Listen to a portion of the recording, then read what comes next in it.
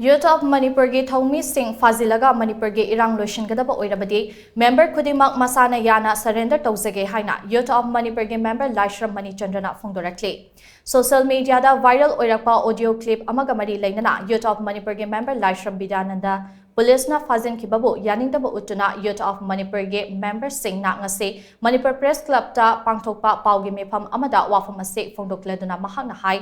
Leibag asida thokliba Irang asigi matangda achoba mayon ama laknaba miyamna ngainaduna leidingai cherakta nawhongnana Irang thoklaknaba senba manba thawung kaya chatharakpa ase yabangamloi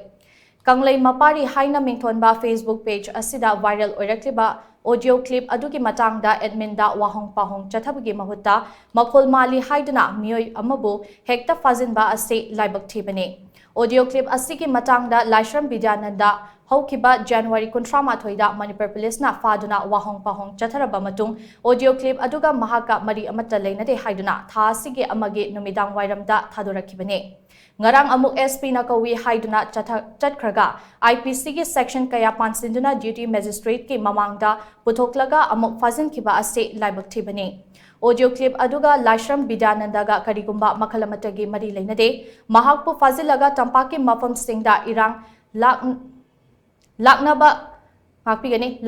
kanagumana sinba oirabasu arambai tengol amadi lengaki marakta yana kiba numit tara mangani asigi manungda Youth of Manipur na Irang sagat kadaba legte Youth of Manipur di lamdamasigi yumbini lamdamasigi lengakta apen penda laubani mapi mapani hairiba lengak asida apen penda phongdokpada tabangamloidaba oirabadi mapi mapa oibada matik chadabani haina logani Case asigi matangda khwaidagi maru oiba culprit ama oiriba kanglei mapari Facebook page ke admin ke mathakta wahong pahong chathabiyo haina cybercrime department tasu wakatkre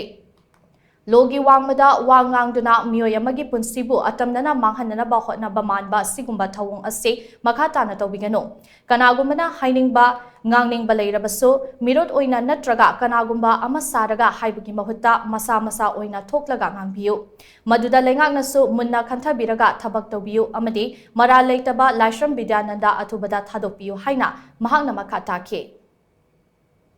Thadori iba Facebook page aina yadaba mongda hairaga thadori iba Facebook page tugi admindo adu oina kokhatlaga pharaga wahang pohong tawbagi mahutta Bidyanandana tang kunthra ma thoidagi na ngasi bawje sum chatharaga koi laga ngarang chinungang athengbada FIR palakanda duty magistrate ki mamangda puthuakanda Bidyananda smaina namjan birise masi koi yam chingai lanji Youth of Manipur gi member loi phajallakanda loibige doribra masi loigani hai taragadi pharubagi kesu mathau tade salenda taraga dum changjarake akoi di kesu